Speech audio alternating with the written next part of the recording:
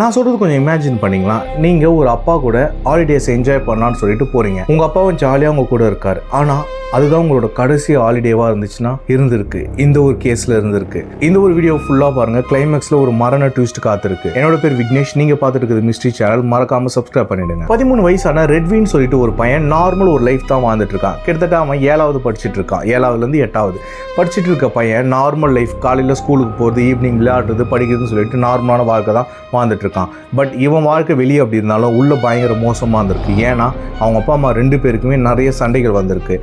இவன் சின்ன வயசுலேருந்து இந்த சண்டையெல்லாம் பார்த்து வந்ததால் மென்டலி இவன் ரொம்பவுமே அஃபெக்டாக இருந்தான். இப்படியே போயிட்டு இருக்கும்போது இவன் 8th படிக்கும்போது இவங்க பேரண்ட்ஸ் அஃபிஷியலாக விவாகரத்து பண்ணிடுறாங்க.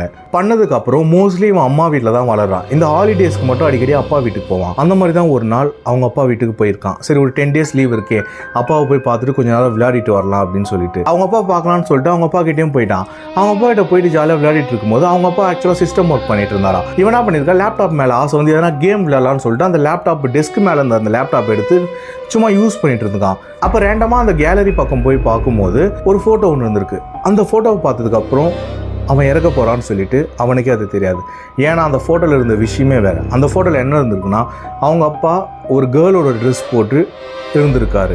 இதை பார்த்து அவன் ஷாக் ஆகிறான். என்னடா அப்பா ஏன் இப்படி போட்டிருக்காரு, ஒரு வேளை விளையாட்டுக்கு பண்ணியிருக்காரா, என்ன இது அப்படின்னு சொல்லிட்டு அதுக்கப்புறம் அவன் யோசித்து பார்க்குறான். இதுக்கு முன்னாடி தான் நம்ம வீட்டில் சண்டை நடந்திருக்கு, ஒருவேளை இதால் தான் சண்டை நடந்திருக்குமான்னு சொல்லிட்டு சின்னதாக கெஸ் பண்ணுறான்.